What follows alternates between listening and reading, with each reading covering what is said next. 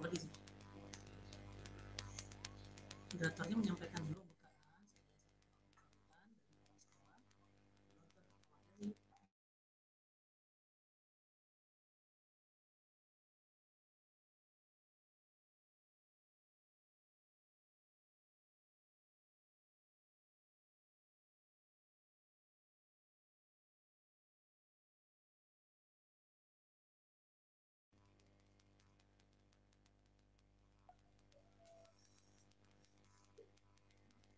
Baiklah, selamat pagi. Bismillahirrahmanirrahim. Assalamualaikum warahmatullahi wabarakatuh.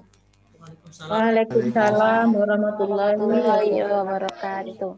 Selamat pagi Bapak Ibu semua, adik-adik di seluruh penjuru Nusantara. Salam hangat dari SMK Negeri 4 Metro. Selamat datang kami ucapkan para pendaftar KKSI 2020 tema pemijahan ikan koi berkualitas tinggi.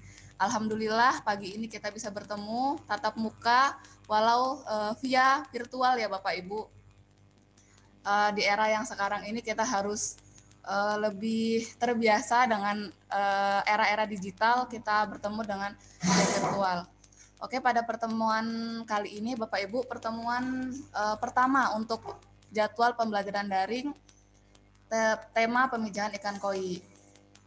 Oke Bapak Ibu, untuk yang pertama di pertemuan kali ini sudah hadir para pemateri dan kebetulan juga hadir pagi hari ini adalah Kepala Sekolah SMK Negeri 4 Metro yang akan memberikan sambutan hangat kepada para peserta pada pagi hari ini. Untuk memulai kegiatan hari ini, marilah kita buka dengan membaca basmalah bersama-sama. Bismillahirrahmanirrahim. Untuk yang berikutnya adalah sambutan dari Kepala Sekolah SMK Negeri 4 Metro yaitu Bapak Muhammad Syafi'i SPD MPD. Kepadanya dipersilahkan. Bismillahirrahmanirrahim. Assalamualaikum warahmatullahi wabarakatuh. Waalaikumsalam warahmatullahi wabarakatuh. Selamat pagi, salam sejahtera bagi kita semua. Tadi pun alhamdulillah wa syukurillah hamdan katsiran kama amar. Segala puji dan syukur kita kepada Allah Subhanahu wa taala atas segala limpahan rahmatnya, limpahan nikmatnya pada kita semua. Semoga kita menjadi hamba yang pandai bersyukur kepada Allah Subhanahu wa taala. Yang ingin saya sampaikan adalah yang saya hormati kepada seluruh Bapak Ibu peserta Camp Kreatif SMK Indonesia 2020, khususnya bidang pembibitan ikan koi kualitas tingkat tinggi. Yang saya hormati kepada seluruh para murid SMK seluruh Nusantara, se-Indonesia, selamat bergabung di kegiatan KKSI per tahun ini. Kami mengucapkan terima kasih yang tak terhingga kepada seluruh peserta yang memiliki harapan dan memiliki antusiasme bisa bergabung pada KKSI per tahun ini. Yang selanjutnya kami sampaikan adalah Bapak Ibu sekalian, para Bapak Ibu guru dan para peserta murid SMK bidang ikan koi ini, selamat bergabung, selamat mengikuti kegiatan kita.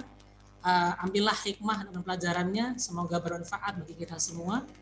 Dan SMK Negeri 4 merupakan suatu kehormatan bagi kami. Saya sebagai kepala sekolah mengucapkan terima kasih kepada Kementerian Pendidikan Indonesia, khususnya Direktur SMK, yang telah memberi kesempatan kepada kami menjadi pengampu bidang ikan koi kualitas tinggi.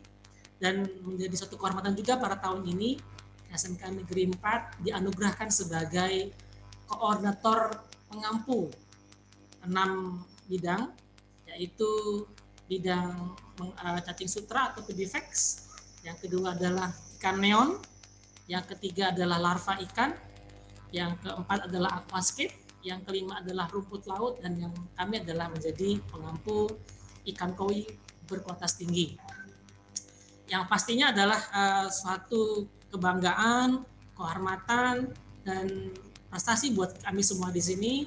Semua warga SMK Negeri 4 merasa bahagia dan bangga menjadi koordinator pengampu dan pastinya kami merasakan bahwa sumbangsih dan kontribusi semua pihak sangatlah kami apresiasi. Kami ucapkan terima kasih atas kerjasamanya yang telah berpartisipasi dengan aktif dalam kegiatan Camp Kreatif SMK Indonesia tahun 2012, dan kami memiliki tema yaitu Future Farmer Indonesia yang mewakili di seluruh Indonesia, dan yang pastinya adalah kita akan terus berkomitmen dan bertekad memajukan pertanian Indonesia menjadi lebih baik yang akan datang.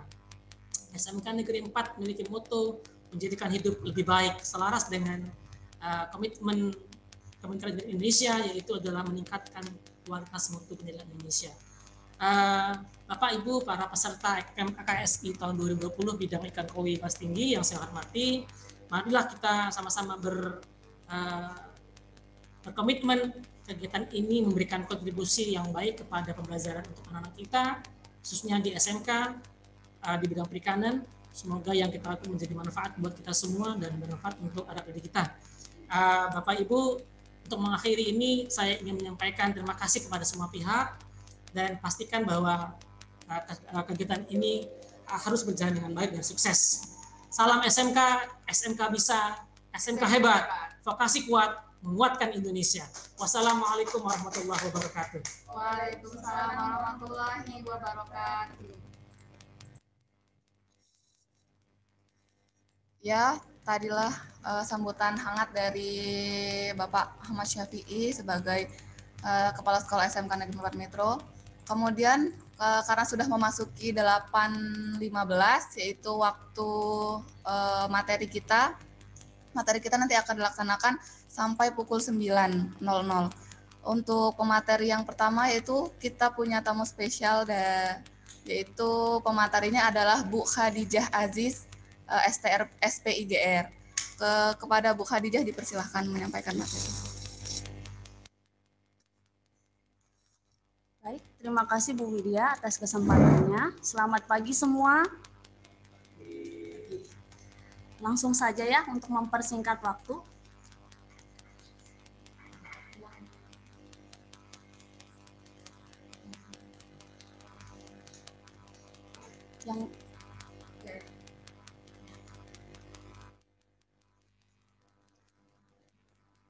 Bismillahirrahmanirrahim. Hari ini kami diberikan amanah untuk memberikan materi tentang ciri-ciri ikan koi yang berkualitas tinggi. Next, Pak.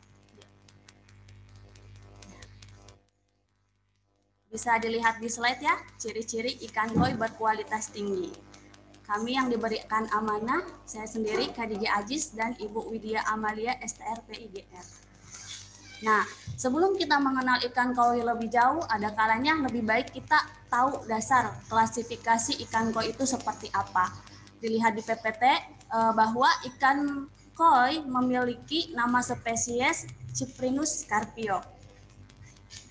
Dia termasuk ke dalam organisme yang bertulang keras, bertulang belakang atau teleostoid. Secara garis besarnya seperti itu. Kemudian tak kenal maka tak sayang. Sejarah ikan koi ini pertama kali ternyata ditemukan di Cina sekitar 500 tahun sebelum Masehi. Namun yang kita tahu ikan koi itu berasal dari Jepang. Kenapa dari Jepang? Karena pada tahun 1920 ikan koi mulai dikembangkan di Jepang, Ojia, Provinsi Niigata, Jepang. Kemudian mengalami perkembangan dan penelitian lebih lanjut ketika tahun 1870 didapatkan strain Kohaku, yaitu memiliki arti merah di atas putih. Tahun 1910 strain dari Sirosit siri putih dan hitam dan Konetsuri ditemukan. Lanjut ke tahun 1930 strain warna baru dengan garis lain seperti Soasanke, kemudian Ginrin ditemukan. Nah, selain ikan koi yang kita kenal memiliki sisik, ada juga ikan koi yang tidak memiliki sisik. Ternyata ada sejarahnya. Ketika tahun 1904, Jerman mengirimkan koi dengan tanpa sisik sama sekali yang diberikan untuk Jepang, yang artinya itu Doitsu. Doitsu itu artinya ikan koi tanpa sisik. Makanya sekarang ada tipe-tipe ikan koi yang kohaku doitsu, berarti kohaku yang tanpa sisik. Ceritanya seperti itu. Kemudian sejarahnya kok bisa ikan koi itu ada di Indonesia, itu pada tahun 1962 ketika Pangeran Akito dan Putri Michiko berkunjung ke Indonesia. Hubungan bilateral antara Indonesia dan Jepang memberikan hadiah sebuah ikan koi kepada presiden kita yang pertama, yaitu Presiden Insinyur Soekarno-Hatta. Lanjut. Silsilah ikan koi. Jadi sebenarnya dari sejarah yang kita tarik dari beberapa sumber buku internasional di Jepang, itu silsilah ikan koi ini pertama kali sebenarnya adalah common crab atau ikan mas biasa. Yang kita tahu ikan mas itu memiliki warna yang biasa, seperti hitam atau agak kemerah-kemerahan atau biru. Kemudian di Jepang itu ikan mas biasa itu mengalami mutasi, berubah warna menjadi merah, hitam, dan biru. Nah, orang Jepang nggak habis akal ketika ikan bermutasi itu, mereka melakukan suatu percobaan menjelang kawinkan, kemudian terbentuklah strain-strain ikan koi yang sekarang kita lihat lebih dari 52 varian.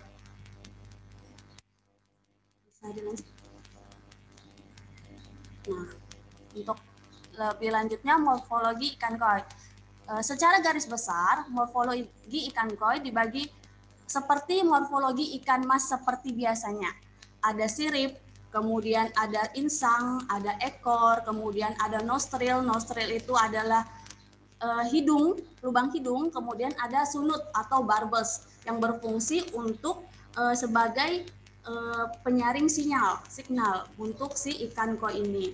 Seperti biasa juga ikan koi lengkap dengan siripnya. Ada sirip atas atau sirip dorsal, sirip bawah ventral, kemudian caudal fin dan pectoral fin atau sirip renang. Nah, untuk mengetahui karakteristik ikan koi Jepang secara garis besar kami bagi menjadi 4. Mulai dari pergerakan. Ikan koi itu pergerakannya tenang dan lembut. Jadi ketika kalian melihat ikan koi dengan pergerakan yang tenang dan lembut, itu kemungkinan merupakan ikan koi Jepang. Kemudian pertumbuhan ikan koi Jepang itu lebih cepat dibanding ikan koi lokal. Badannya seperti apa? Lebih panjang dan lebih berisi.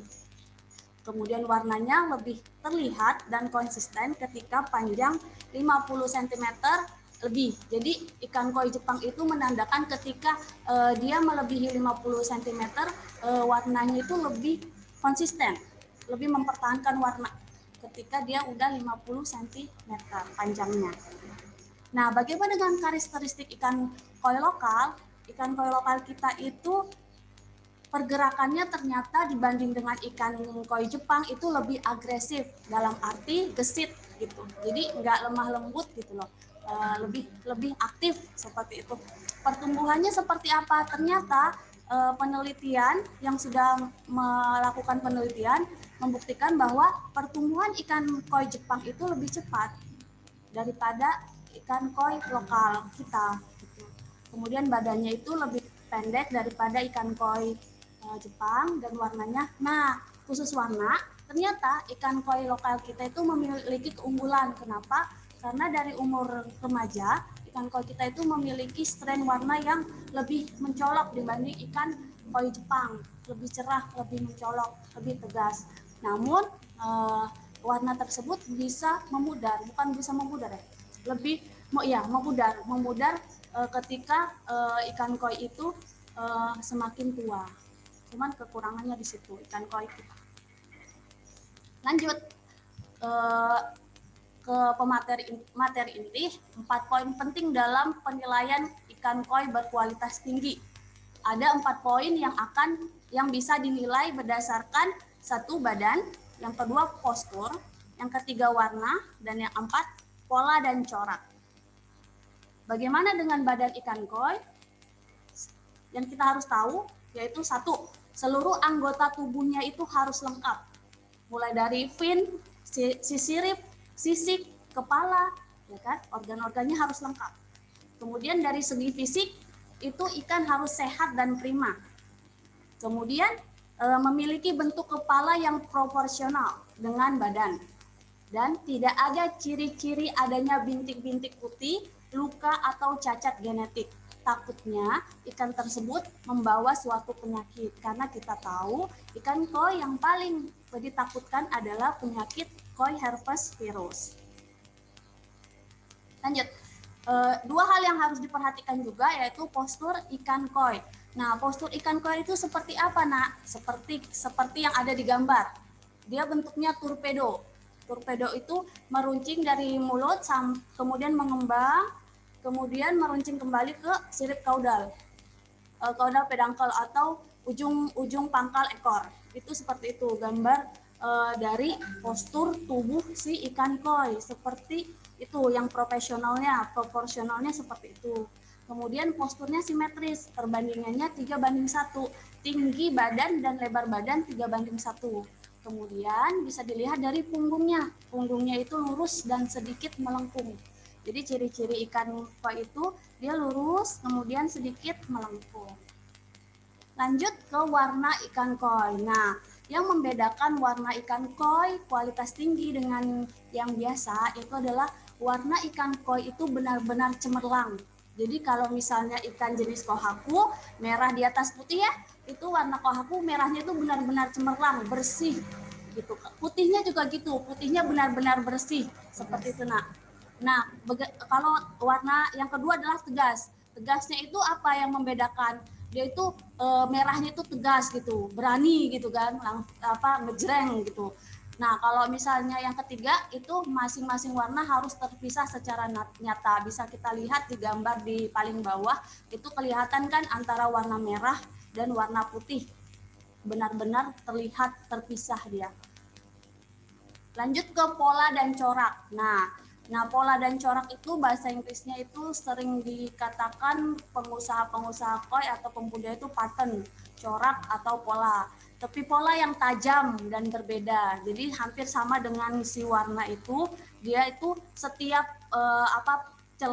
pola atau edge itu ujung-ujung pola itu dia tepi-tepian pola itu tajam. Tidak memiliki noda, sisik harus seragam. Nah, maksud dari tidak memiliki noda, ketika ikan kohaku itu memiliki warna putih, itu tidak ada setitik pun warna lain di bagian putih si ikan kohaku, seperti itu. Nah, kemudian corak di kepala tegas. Bila ada corak di kepala, dia tegas. Kemudian pada ekor sangat diharapkan ekornya itu berwarna putih bersih, tidak ada campur tangan campur warna lain seperti itu. Kita sudah mengenal nih 4 poin penting ketika menilai ikan koi berkualitas tinggi, mulai dari badan, kemudian postur, warna dan pola serta corak. Ada hal penting lain yang harus diperhatikan ketika kita memilih ikan koi yang berkualitas. Pertama, secara fisik, benar ikan yang kita pilih harus benar-benar sehat, baik secara fisik maupun organ. Organnya seperti apa, lengkap atau tidaknya, Nak, seperti itu. Nah, bagaimana dengan usia? Usia yang optimal ketika kita ingin memilih ikan koi yang berkualitas bisa dijadikan indukan. Sebagian besar ikan yang bisa dijadikan indukan itu untuk jantan sekitar umur 2 tahun bisa dijadikan indukan jantan. Kemudian untuk betina ternyata agak lebih lambat, rata-rata itu di umur 3 tahun, seperti itu. Kemudian ketika kita memilih ikan yang berkualitas untuk dipijahkan, itu yang paling penting juga adalah ikan itu harus matang gonat. Materi matang gonat akan kami sampaikan kembali di sesi kedua pada hari Kamis. Bagaimana ciri-ciri ikan matang gonat nanti akan kami sampaikan kembali. Nah, yang tidak kalah penting adalah asal muasal ikan. Ikan itu dari mana asalnya? Ikan itu dari mana? Kemudian hasil selektifnya seperti apa? Kemudian adakah sertifikat yang menandakan bahwa ikan tersebut terlisan secara asli, terlisan secara paten seperti itu. Bagaimana membuktikan bahwa ikan tersebut terlisens atau tersertifikasi? Bisa kita lihat,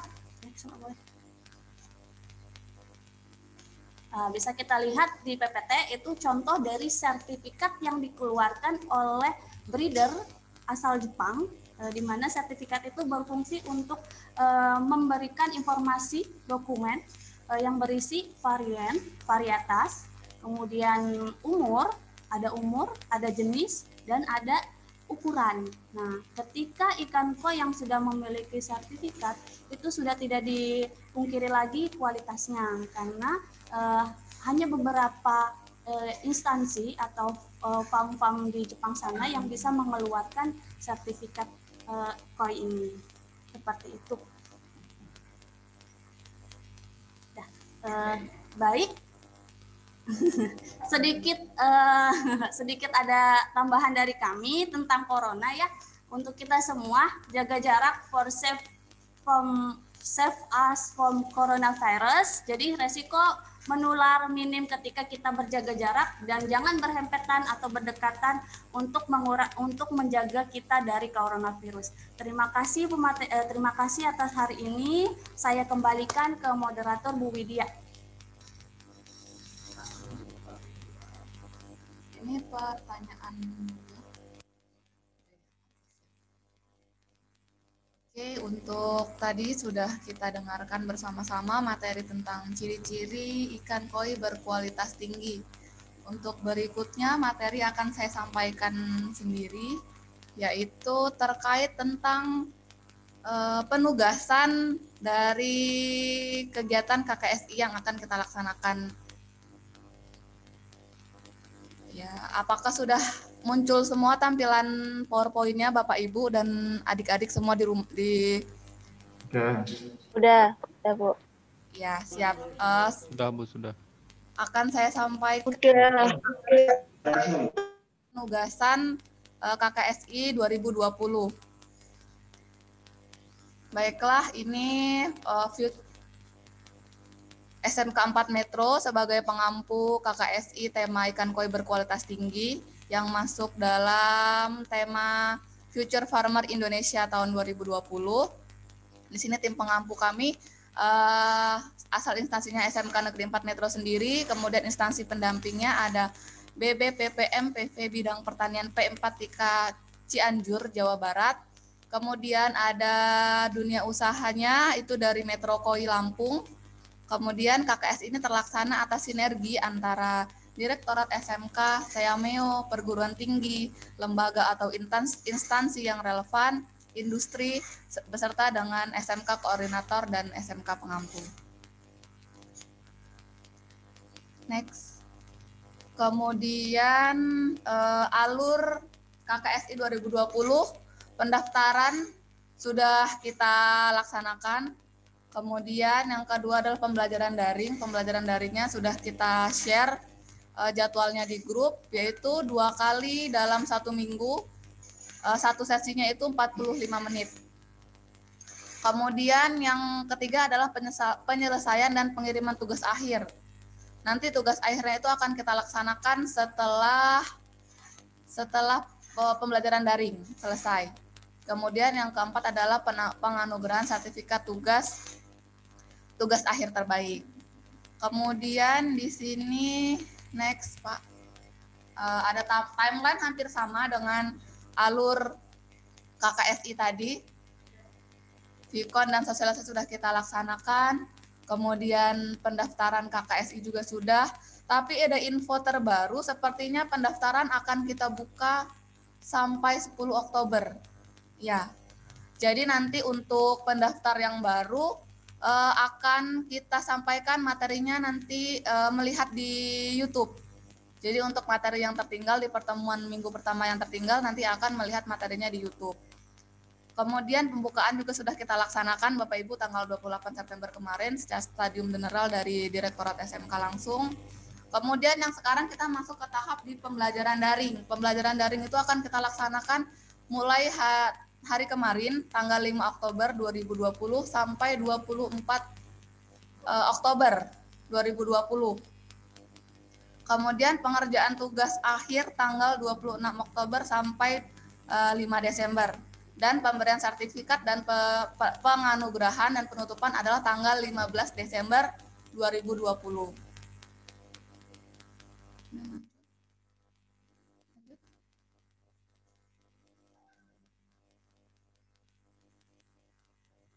Terkait dengan kemudian adalah unsur penilaian. Ini yang kita akan jadi poin pentingnya ya Bapak Ibu. Unsur penilaian apa aja sih yang akan kita lakukan? Nanti itu output yang akan kita minta adalah bentuknya laporan proposal. Proposal itu bentuknya business plan, Bu. Business plan, laporan usaha, ya rencana usaha sesuai dengan tema yang Ibu daftarkan. Kalau untuk Bapak Ibu dan adik-adik semua ini kan mendaftar di tema ikan koi. Jadi nanti tugasnya atau output akhirnya adalah membuat business plan tentang ikan koi. Kemudian nanti juara-juaranya yang akan diambil adalah juara terbaik 1, 2, dan 3. Kemudian juara harapan 1, 2, dan 3. Kemudian unsur penilaiannya adalah yang pertama ada laporan pelaksanaan pembelajaran berbasis proyek sesuai tema KKSI 2020 yang diikuti. Presentase nilainya adalah 20%. Jadi nanti 20% ini adalah nilai maksimal sesuai dengan laporan atau bisnis plan yang Bapak Ibu kawan-kawan semua buat. Jadi nanti skor maksimalnya adalah 20%. 20% tadi itu maksimal dari tergantung kualitas laporannya yang dibuat, sesuai dengan kriteria atau tidak. Kemudian yang kedua adalah video pelaksanaan kegiatan tim sesuai tema KKSI 2020 adalah 25%. Jadi nanti Bapak Ibu dan adik-adik semua wajib membuat video kegiatan budidaya beserta dengan pemasarannya. Jadi video dan dokumentasi foto itu sebagai bukti fisik atau bukti nyata. Jadi nanti sebagai penilai pendukungnya adalah video. Jadi kalau misalnya hanya membuat laporan tapi tidak membuat video, tetap diterima. Tapi kan kita sudah tahu bahwa nilainya akan berkurang. Jadi kalau tidak membuat video berarti sudah berkurang menjadi kurang 25%. Seperti itu. Kemudian yang ketiga adalah proses dan media promosi serta penjualan secara online. Jadi nanti Bapak Ibu selain melakukan budidaya, melakukan pemijahan ikan koi itu sendiri, adalah melakukan pemasaran baik secara online maupun offline. Nah, di situ juga akan diminta dokumentasinya Bapak Ibu, baik berbentuk foto, kemudian berbentuk video juga boleh. Itu harus terdata semua itunya, bukti-bukti penjualannya. Kemudian yang keempat adalah jumlah income yang diperoleh. Nah, ini track record penjualan kita Bapak Ibu. Jadi boleh nih Ibu kan satu pembimbing dengan pesertanya itu 3 sampai 5 siswa. Jadi boleh Bapak Ibu untuk misalnya menjualkan masing-masing, melakukan pemasaran masing-masing, nanti akan disatukan dalam satu buku penjualan. Jadi nanti laporannya memang berbentuk proposal ya Bu, bisnis plan. Tapi itu bisnis plan yang sedang Ibu uji coba, sedang Ibu coba lakukan gitu. Nanti kita nilai apakah bisnis ini layak untuk dilanjutkan atau tidak. Nah, nanti dari yang terbaik tadi itulah nanti akan mendapatkan bantuan dari Direktorat SMK untuk pengembangan Bapak Ibu laksanakan bersama anak-anak. Kita nanti akan dana untuk pengembangan usaha Bapak Ibu dan anak-anak yang lakukan di sekolah, yang Ibu ajukan sebagai bisnis plan tugas akhir dari KKSI pemijahan ikan koi berkualitas tinggi ini. Itu bobotnya 25%. Kemudian yang tidak kalah penting adalah syarat untuk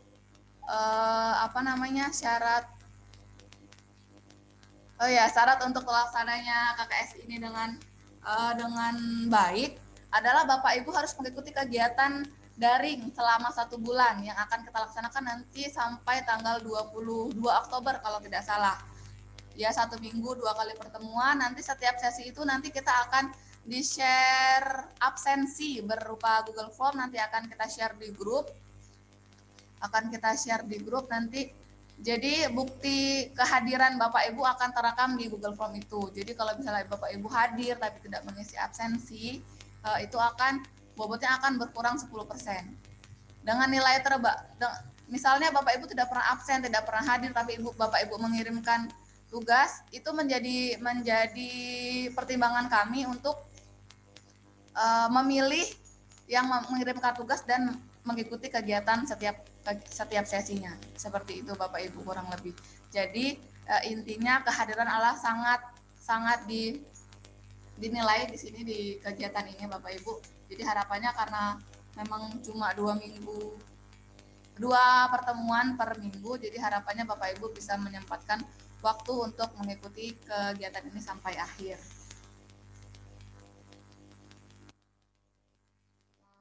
Setelah itu kita bahas, nah laporannya seperti apa nanti gitu kan. Nah ini kita bahas outline laporan yang diminta. Laporannya sebenarnya secara umum sama seperti laporan-laporan bisnis plan yang lain. Ini kita memberikan outline garis besar bisnis plan yang harus Bapak Ibu buat. Yang pertama itu cover, kemudian daftar isi, bab 1 itu ada pendahuluan berisi tentang potensi usaha dari tema yang diikuti dengan kondisi yang ada sesuai dengan sekolah ataupun daerah Bapak Ibu masing-masing, kemudian pelaksanaan kegiatannya, kemudian waktu dan tempat pelaksanaannya untuk bab 1.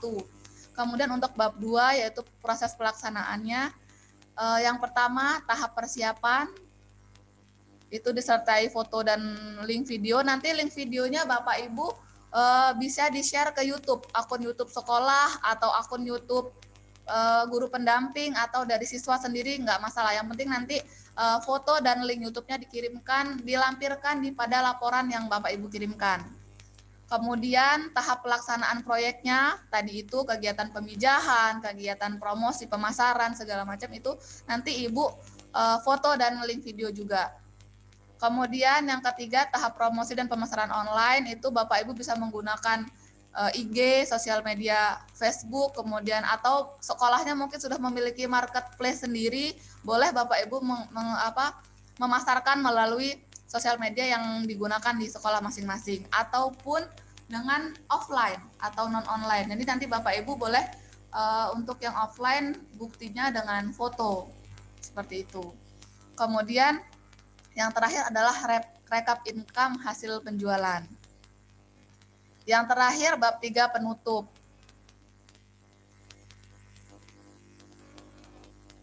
Oke, bisa dilanjut Bu. Ini ada contoh cover. Contoh cover seperti yang disebutkan di atas tadi, ada judul proposalnya, kemudian logo sekolah pendaftar ya Bapak Ibu. Kemudian ada nama penyusunnya adalah pembimbing dan masukan siswa atau peserta yang Bapak Ibu daftarkan, kemudian nama sekolah pendaftar. Di situ saya buat contoh dari SMK 4. Misalnya bisnis plan saya budidaya ikan koi, kemudian pembimbingnya saya sendiri dan 3 siswa yang saya cantumkan, kemudian nama sekolah, dan tidak lupa memasukkan logo Bapak Ibu, sekolah Bapak Ibu masing-masing. Seperti itu. Secara garis besar nanti kegiatan yang akan kita lakukan seperti itu, kemudian output yang kita harapkan seperti itu, semoga Bapak Ibu bisa memenuhinya semuanya. Kemudian kita masih ada waktu, Bapak Ibu dipersilahkan untuk yang mau bertanya. Bu Widya. Ya, siap. Baik, mau bertanya nih Bu Widya. Ya, siap Ibu. Saya dari SMK Pertanian Terpadu Provinsi Riau. Ah? Dari SMK Pertanian Terpadu Provinsi Riau.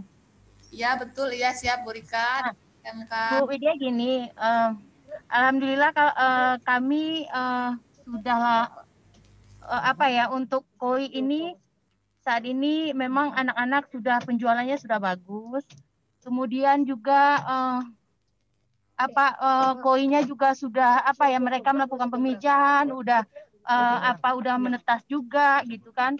Alhamdulillah berjalan lancar, penjualannya pun bagus. Nah, yang kami tanyakan ini Bu Widya, untuk income itu hanya income saja yang kita laporkan atau analisa usahanya Bu Widya?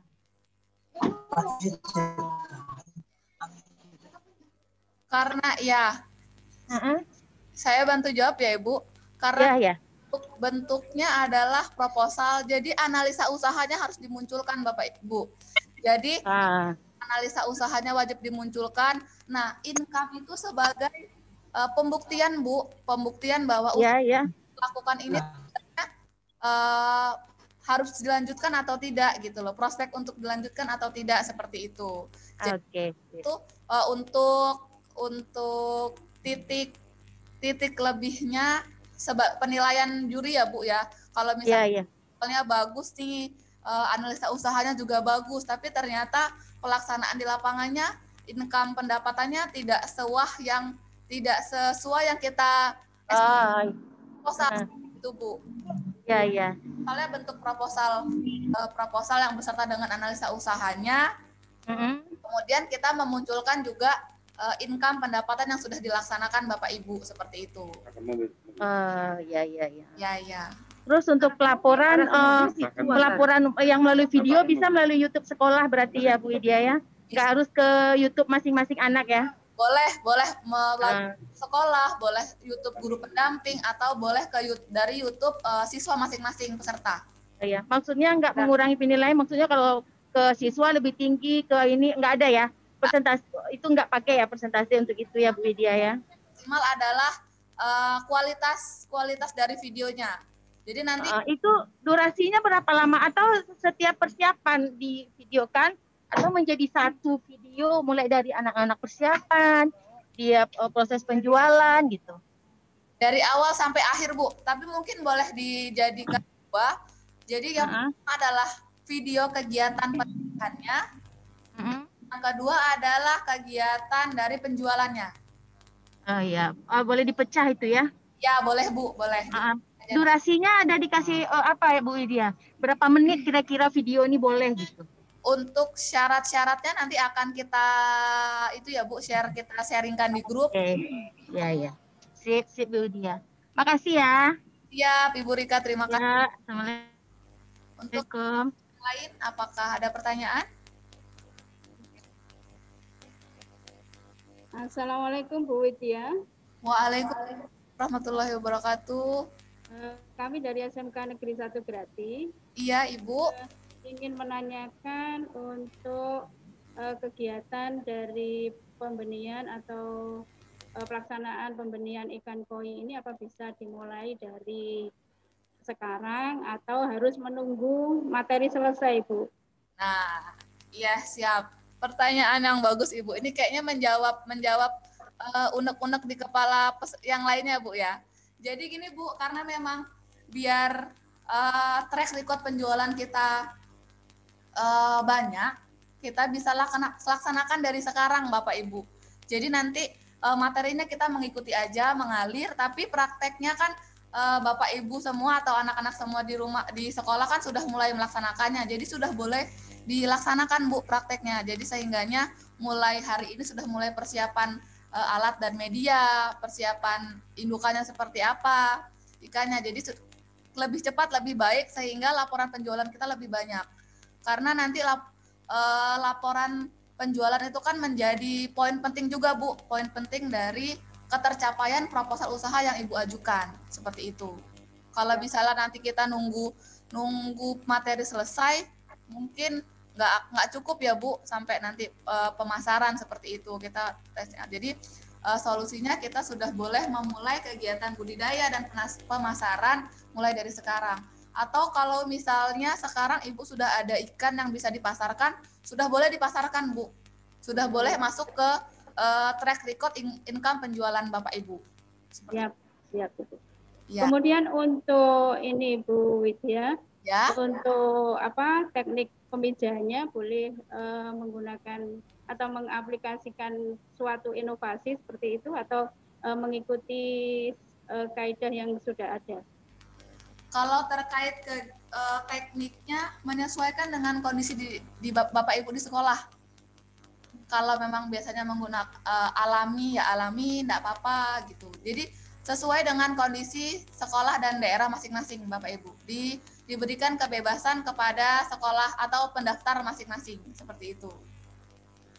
Siap, siap, siap. Terima kasih Bu Widya. Assalamualaikum. Terima kasih Ibu. Apakah masih ada pertanyaan terkait penugasan? Oh, ini ada chat dari Pak Indra Prayitno dari SMK Negeri 1 Belado. Pertanyaannya adalah, dalam rangka pengembangan untuk bibit koinya, apakah pengadaan mandiri sekolah atau ada bantuan dari pihak penyelenggara? Oke Bapak Ibu, saya jawab. Jadi sini kan inti pertanyaannya apakah ada bantuan dari sekolah penyelenggara di sini.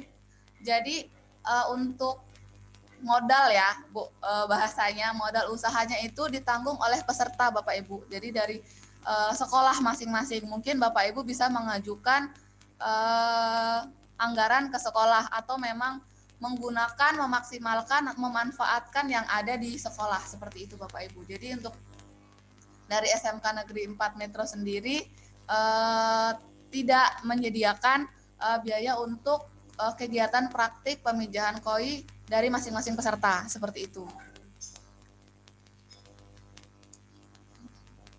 Apakah ada pertanyaan lagi Bapak Ibu dan anak-anak semuanya?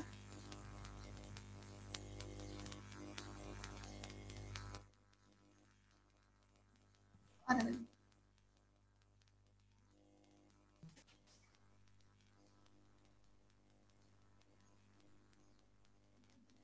Terus ini juga ada pertanyaan dari Pak Jumanto dari SMK Astrindo.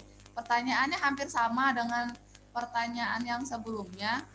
Untuk sekolah yang baru mengikuti atau mencoba pemijahan ikan koi sendiri, alur mendapatkan bibit sampai medianya apa secara mandiri? Betul Pak, seperti yang saya jawab sebelumnya. Jadi ada alur penyediaan alat dan bahan kegiatan pemijahan ikan koinya adalah disiapkan oleh sekolah pendaftar sendiri seperti itu. Jadi Bapak Ibu bisa yang belum alat dan bahan yang belum ada atau yang belum lengkap di sekolah bisa mengajukan ke sekolah masing-masing.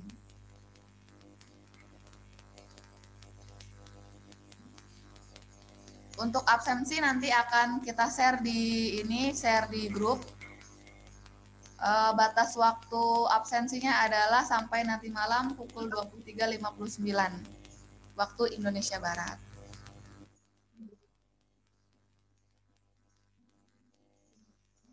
Atau apakah masih ada pertanyaan Bapak Ibu selain kegiatan pelaporan online-nya, Bapak Ibu bisa nanti misalnya ada pertanyaan bisa kita sharingkan di grup. Buat misalnya anak-anak ada pertanyaan bisa disampaikan ke guru pembimbingnya, nanti guru pembimbingnya akan sharing di grup seperti itu. Nanti kita sama-sama belajar Bapak Ibu, saya juga belajar dari Bapak Ibu juga kita saling memberikan informasi seperti itu. Terkait nanti materi akan kita share di grup, kemudian penugasan, aturan-aturan penugasan detailnya akan kita share juga di grup. Nanti kita akan sharing banyak di grup Bapak Ibu.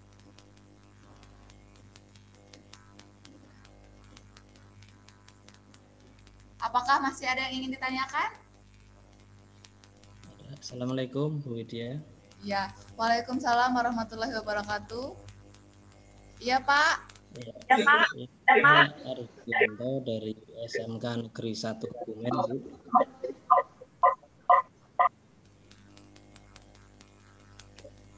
Halo. Ya.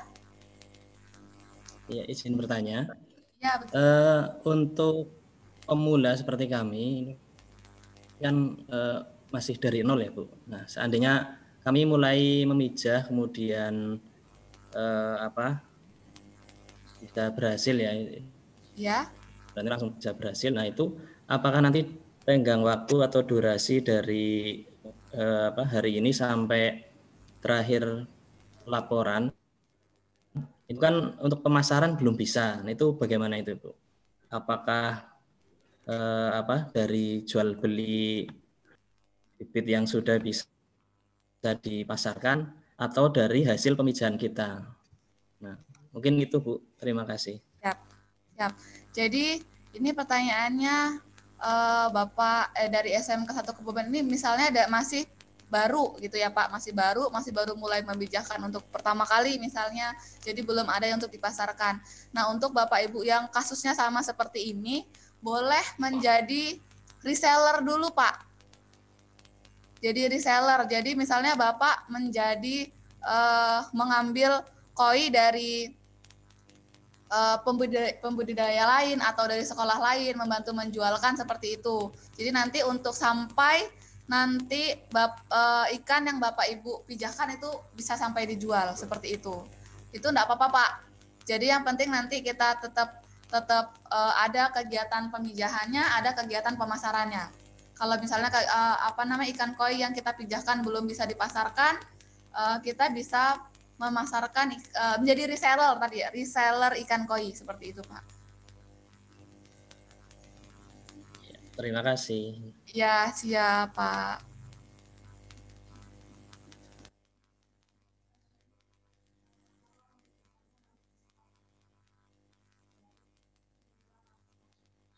Oke, ini ada pertanyaan lagi dari Pak Indra Lesmana.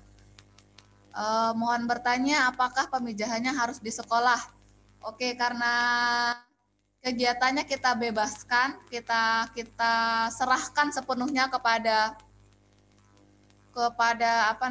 kepada peserta, oke.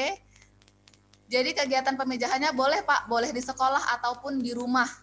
Jadi boleh di kegiatannya boleh dilaksanakan di rumah atau di rumah, karena juga kita menyesuaikan kondisi COVID seperti saat ini. Jadi Bapak Ibu atau siswa mungkin ada yang tidak aktif di sekolah, jadi boleh dilaksanakan di rumah, tidak apa-apa.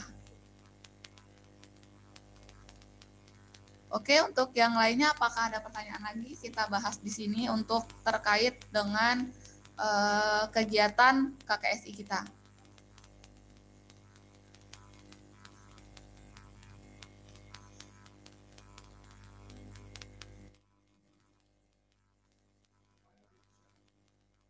Oke, mungkin cukup ya Bapak Ibu dan adik-adik semua. Nanti untuk selebihnya akan kita bahas lebih banyak di grup. Kita akan sharing dua arah sama-sama, kita saling berbagi informasi. Untuk pertemuan Zoom meeting kita hari ini saya rasa cukup. Mohon maaf apabila ada kesalahan kata ataupun kesalahan, saya mohon maaf, dan kepada Allah saya mohon ampun. Kurang lebihnya saya mohon maaf. Selamat melaksanakan praktek. Semoga kita dapat melaksanakan rangkaian KKSI ini dengan baik, dengan lancar, akhir. Semoga kita sehat selalu dimanapun berada. Kita akhiri dengan hamdalah, alhamdulillahirabbil alamin. Alhamdulillah. Terima kasih Bu Widya. Assalamualaikum warahmatullahi wabarakatuh. Waalaikumsalam warahmatullahi wabarakatuh.